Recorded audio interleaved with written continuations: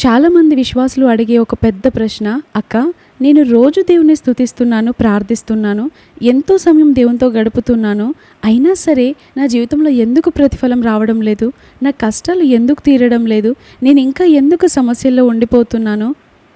మీరేమో స్తుతిలో ఎంతో శక్తి ఉంది, స్తుతించండి, మీ జీవితంలో కార్యాలు జరుగుతాయి, అద్భుతాలు జరుగుతాయి అని చెబుతున్నారు. మరి నా జీవితంలో ఏ మార్పులు జరగడం లేదేంటి, నా కష్టాలు పోవట్లేదేంటి అని చాలామంది అడుగుతూ ఉంటారు. అవును, మీరు చెప్పిందంతా వాస్తవమే, నిజమే. స్తుతిలో ఎంతో శక్తి ఉంది, స్తుతిస్తే అనేక అద్భుతాలు జరుగుతాయి. కానీ మనము చేసే స్తుతి దేవునికి ఇష్టంగా ఉందా, అది సరైన క్రమంలో ఉందా అని మనం ఆలోచించుకోవాలి. కేవలం పెదవులతో స్తుతిస్తే సరిపోదు. హృదయం మారాలి, బ్రతుకు మారాలి, జీవన విధానం మారాలి, మన థింకింగ్ ప్యాటర్న్ మారాలి. మన ప్రతి సమస్య సాక్ష్యంగా మారాలి అన్నా, కష్టాల నుండి విడుదల పొందాలి అన్నా, దేవునికి ఇష్టంగా ఎలా బ్రతకాలో, ఎలా స్తుతించాలో ఈరోజు మనం తెలుసుకుందాం. మనం మొదటగా ఎంత స్తుతించినా ఎందుకు ప్రతిఫలం రావడం లేదు అనేది తెలుసుకుందాం. యెషయా గ్రంథం 29వ అధ్యాయం 13వ వచనం చూసినట్లయితే, ఈ ప్రజలు నోటితో నా యొద్దకు వచ్చుచూ ఉన్నారు, పెదవులతో నన్ను గణపరచుచున్నారు, కానీ తమ హృదయమును నాకు దూరముగా చేసుకొని ఉన్నారు. స్తోత్రం దేవ సర్వోన్నతుడా, నేటి వాక్య భాగం ద్వారా మీరు అందరితో మాట్లాడి బలపరచమని యేసు నామములో ప్రార్థించిన మీ అడిగి పొందుకొని ఉన్నామా పరమ తండ్రి, ఆమేన్. హల్లెలూయా. ఇక్కడ మనం చూసినట్లయితే దేవుడు చెబుతున్నాడు, నోటితో మనం స్తుతిస్తున్నాం, కేవలం పెదవులతో గణపరుస్తున్నారు అని అంటున్నాడు దేవుడే. దీనినే పైపైన చేసే స్తుతి అంటారు, లేకపోతే ముఖ స్తుతి, లిప్ సర్వీస్ అని అంటారు. మనం చర్చ్కి వెళ్ళినప్పుడు కానీ, ఇంట్లో ప్రార్థన చేసే సమయంలో కానీ అలవాటుగా మోకరించగానే మొదటగా ఏం చేస్తాం, స్తోత్రం స్తోత్రం స్తోత్రం స్తోత్రం అని కేవలము పెదవులతో చేస్తూ ఉంటాం. కానీ మనసు మాత్రం అప్పుల మీద, రేపటి వంటల మీద, అక్కడికి వెళ్ళాలి, ఇక్కడికి వెళ్ళాలి, వారిని కలవాలి, ఈ పని చేయాలి, ఆ పని చేయాలి, అది కొనుక్కోవాలి, అక్కడికి, ఇలా ఇవన్నీ ఆలోచిస్తూ ఉంటాం. లేకపోతే ఇతరులు మనల్ని ఏమన్నారు, అసలు గతంలో నా జీవితం అలా ఉంది, ఇప్పుడు ఇలా ఉంది, భవిష్యత్తులో ఎలా ఉండబోతుందో అని ఇటువంటి టాపిక్స్ మీద మన మనసు నడుస్తూ ఉంటుంది. ఇటువంటి ఆలోచనలన్నీ మన మనసులో పెట్టుకొని కేవలం పెదవులతో బయటికి స్తోత్రం, గొప్ప దేవా స్తోత్రం, మౌన్నతుడా స్తోత్రం, ఇలాంటి ఈ స్తుతిని చేస్తే ఎలా మనం కార్యాలు పొందుకోగలుగుతాం? ఇలా చేసే స్తుతి అసలు ఆకాశాన్ని కూడా దాటదు. మరొక రీజన్ చూసినట్లయితే, మనం పాపము దాచిపెట్టుకొని, లేకపోతే పాపము చేస్తూ దేవునికి ఇష్టంగా బ్రతకకుండా స్తుతిస్తే ఆ స్తుతికి కూడా ఫలితం రాదు. హృదయంలో ఎంతో ద్వేషము, కుళ్ళు, అబద్ధాలు, లోకాశలు, ఇలాంటివన్నీ పెట్టుకొని ఎంత స్తుతించినా ఫలితం ఉండదు. అందుకే దావీదు భక్తుడు అంటాడు కీర్తనల గ్రంథంలో, నా హృదయంలో నేను పాపము లక్ష్యం చేసిన ఎడల ప్రభు నా మనవి ఆలకింపడు అని. మనం ఇతరుల మీద కోపము, పగ, ఇలాంటివన్నీ పెట్టుకొని, వారు ఏమన్నారో ఆ మాటలన్నీ మన హృదయంలో పెట్టుకొని దేవుని స్తుతిస్తూ ఉంటే దేవుని మనం సంతోషపెట్టలేము. అసలు ఆ స్తుతికి ప్రతిఫలమే ఉండదు, మనం సమయం వృధా చేసుకున్న వారమే అవుతాము. అయితే ఇప్పుడు ప్రతిఫలం వచ్చేలాగా దేవునికి ఇష్టంగా మనం ఎలా స్తుతించాలి అనేది తెలుసుకుందాం.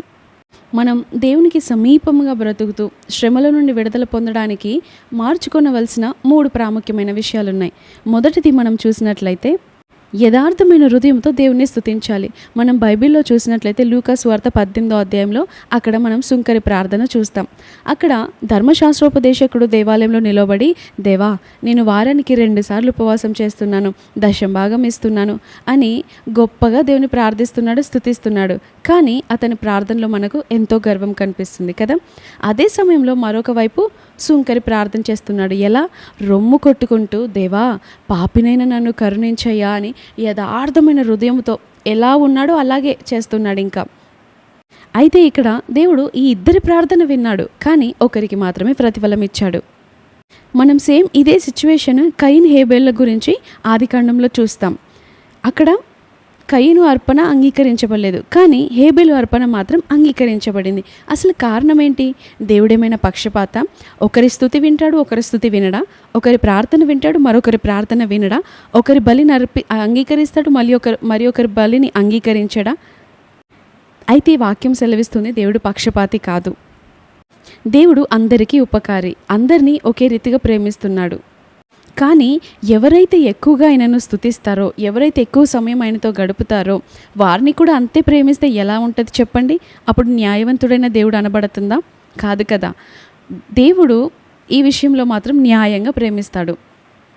మీరే చెప్పండి, మీరు వెజిటబుల్ మార్కెట్కి వెళ్ళినప్పుడు మీరిస్తున్న డబ్బులకి అంతే నాణ్యమైన వస్తువులు వారు ఇస్తేనే మీరు యాక్సెప్ట్ చేస్తారు కదా, అప్పుడే న్యాయంగా ఉంది అని అనుకుంటారు. మీరు మార్కెట్కి వెళ్ళినప్పుడు ఎప్పుడైనా పుచ్చు వంకాయలను తెచ్చుకుంటారా? మంచి వంకాయలనే తెచ్చుకుంటారు. పుచ్చు బెండకాయలను తెచ్చుకుంటారా? మంచి బెండకాయలనే తెచ్చుకుంటారు. దేవుడు కూడా అంతే. మన పుచ్చు వంకాయ ప్రార్థనలు ఆలకించడు, మన పుచ్చు స్తుతులను ఆయన అంగీకరించడు. మన హృదయంలో కోపం పెట్టుకొని, ద్వేషం పెట్టుకొని, పగ పెట్టుకొని, దేవునికి ఇష్టం లేకుండా బ్రతుకుతూ కేవలం ఏదో కార్యాలు జరగాలి, అప్పుల నుండి విడుదల పొందాలి అని ఏదో ఈ 100 స్తుతులు 1000 స్తుతులు దేవునికి వినిపిస్తే నా జీవితంలో ఏదో గొప్ప కార్యం జరుగుతుంది, నా జీవితం మారుతుంది, నా జీవితం బాగుపడుతుంది అని స్తుతించినంత మాత్రాన ఏ మార్పులు జరగవు. ముందుగా మన జీవితాన్ని మార్చుకోవాలి. ముందుగా మన ఆలోచన విధానాన్ని మార్చుకోవాలి. మొదటిది, మనం పూర్ణ హృదయంతో స్తుతించినప్పుడు మాత్రమే ఆ స్తుతి అంగీకరించబడుతుంది. రెండవదిగా చూస్తే విధేయతతో కూడిన జీవితం ఉండాలి. మనం బైబిల్ గ్రంథంలో చూస్తాము, సమూయేలు మొదటి గ్రంథంలో దేవుడు సౌలు రాజుతో అక్కడ అమలేకుల సర్వస్వాన్ని నీవు నాశనం చెయ్యి అని అన్నాడు. కానీ సౌలు దేవుని మాట వినకుండా మంచి గొర్రెలను, ఎడ్లను దాచిపెట్టుకున్నాడు. అప్పుడు సమూయేలు ప్రవక్త వచ్చి అడిగినప్పుడు, ఇవి దేవునికి నేను బలి ఇవ్వడానికి, అంటే ఆయనను స్తుతించినప్పుడు దేవునికి బలిగా కానుకగా ఇవ్వడానికి తెచ్చుకున్నాను అన్నాడు. అప్పుడు అక్కడ సమూయేలు ఏమన్నాడో చెప్పనా? కట్టడలను గైకొనుట పొట్టేళ్ల క్రొవ్వు అర్పించుట కంటే శ్రేష్టము. మనం దేవుని మాటకు లోబడకుండా, ఆయన ఆజ్ఞలను మీరుతూ, ఆయనకి ఇష్టం వచ్చినట్లు బ్రతకకుండా మనకిష్టం వచ్చినట్లు బ్రతుకుతూ, మనం ఎన్ని కానుకలు ఇచ్చినా, ఎన్ని పాటలు పాడినా దేవుడు వాటిని అంగీకరించాడు. ఇది మీకు అర్థం అవ్వాలి అంటే, ఒక ఊరిలో ఒక విశ్వాసి ఉండేవాడు. ఆయన ప్రతిరోజు ఉదయం సాయంత్రం గంటల తరబడి మోకరించి దేవుని ఎంతో స్తుతించేవాడు, ప్రార్థించేవాడు, ఒంటరిగా దేవునితో సమయం గడుపుతూ ఉండేవాడు. కానీ అతని ఇంట్లో ఎప్పుడు చూసినా కూడా ఎంతో పేదరికము, రోగాలు, మనశ్శాంతి లేక, నెమ్మది లేక, సమాధానం లేక ఎన్నో సమస్యలు ఉండేవి. ఆయనకు చాలా విసుగొచ్చేసేది.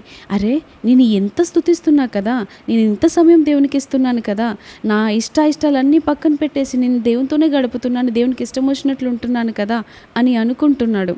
దేవుడు నన్ను ఎందుకు ఆశీర్వదించడం లేదు అని ఒక దైవజనుని దగ్గరికి వెళ్ళి అడుగుతున్నాడు. దైవజనుడా, నేను ఎంత ప్రార్థించినా, ఎంతగా దేవుణ్ణి స్తుతించినా ఎందుకు ఏ ఫలితం పొందుకోలేకపోతున్నాను అని దైవజనునికి చెప్పినప్పుడు వెంటనే వారిద్దరూ అక్కడే మోకరించి ప్రార్థిస్తున్నారు, దేవుని స్తుతిస్తున్నారు. అప్పుడు దేవుడు కొన్ని మాటలని ఆ దైవజనునికి బయలుపరిచాడు. ఆ బయలుపరచబడిన మాటలను ఆ వ్యక్తికి చెబుతూ, నువ్వు మోకరిస్తే దేవునికి నీ స్తుతి వినబడడం లేదు, నీ భార్య ఏడుపు వినబడుతుంది, నువ్వు చేసిన మోసాలు వినబడుతున్నాయి, నీవు చెప్పిన అబద్ధాలు వినబడుతున్నాయి, కాబట్టి మొదటగా నీ ప్రవర్తన మార్చుకో అని చెప్పినప్పుడు వెంటనే ఆ వ్యక్తి దాన్ని రిసీవ్ చేసుకున్నాడు.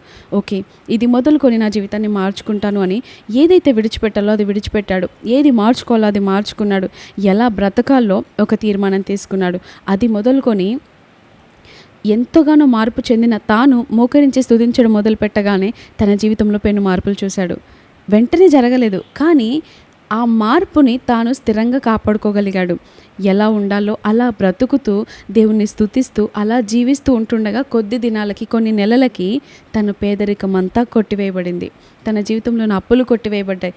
దేవునికి అద్భుతమైన సాక్షిగా నిలబడ్డాడు. మరి ఇప్పుడు మనం ఏం చేద్దాం? మన సమస్యలు సాక్ష్యంగా మారాలి అంటే ఈ రోజు నుండే మన జీవితంలో ఈ మార్పులను చేసుకుందాం. మొదటిది, సత్ప్రవర్తన కలిగి ఉందాం, మంచిగా బ్రతుకుదాం.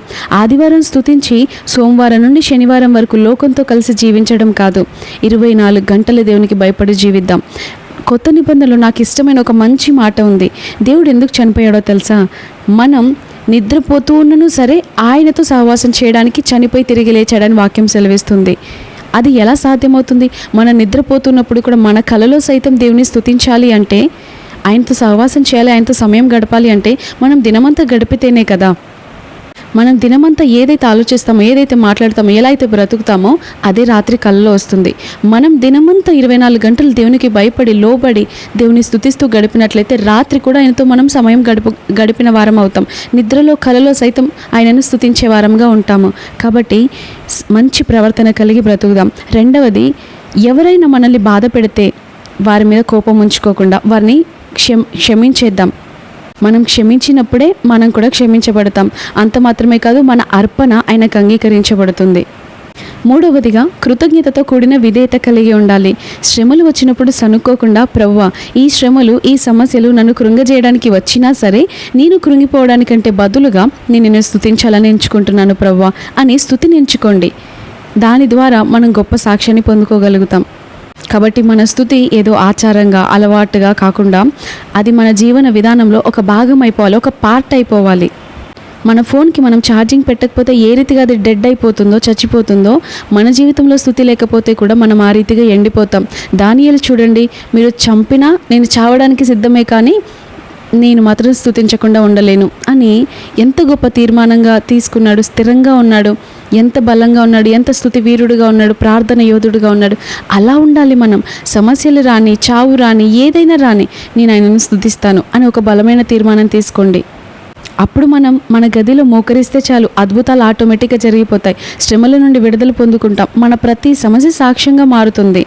మనమేమో సరిగ్గా జీవించకుండా ఏదో స్తుతిస్తే ఏదో జరిగిపోతుంది అని స్తుతిస్తే ఏది జరగదు. కాబట్టి మన జీవితంలో ఉన్న కొన్ని లోపాలను, చిన్న చిన్న పొరపాట్లను, వాటిని మనం మార్చుకున్నట్లయితే గొప్ప గొప్ప ప్రతిఫలాలను మనం పొందుకోగలుగుతాం. వ్యర్థమైనవి మాట్లాడకుండా మన నోటిని కాపాడుకుందాం. వ్యర్థమైనవి చూడకుండా మన కళ్ళను కాపాడుకుందాం. వ్యర్థమైనవి వినకుండా మన చెవులను కాపాడుకుందాం. వ్యర్థమైన పనులు చేయకుండా మన క్రియలను, చేతులను, కాళ్ళను కాపాడుకుందాం. వ్యర్థమైన చోట్లకి, మనకిష్టం వచ్చిన చోట్లకి వెళ్ళకుండా మన కాళ్ళను కాపాడుకుందాం. అలా మనల్ని మనం దేవునికి ఇష్టంగా మలుచుకున్నట్లయితే, ఆయనకు తగినట్లుగా మనం బ్రతుకుతున్నట్లయితే, సజీవ యాగంగా మనల్ని మనం సమర్పించుకున్నట్లయితే, మనం చేసే స్తుతి వెంటనే సాక్ష్యాలను తీసుకొస్తుంది. అన్నీ ఉన్నప్పుడు ఒకలాగా, ఏమీ లేనప్పుడు ఒకలాగా, అందరూ ఉన్నప్పుడు ఒకలాగా, ఎవరు లేనప్పుడు ఒకలాగా కాకుండా అన్ని వేళలా నిత్యము స్తుతించేవారుగా ఉందాం. అట్టి కృప భాగ్యం దేవుడు మనకు దయచేయునుగాక. ఆమేన్.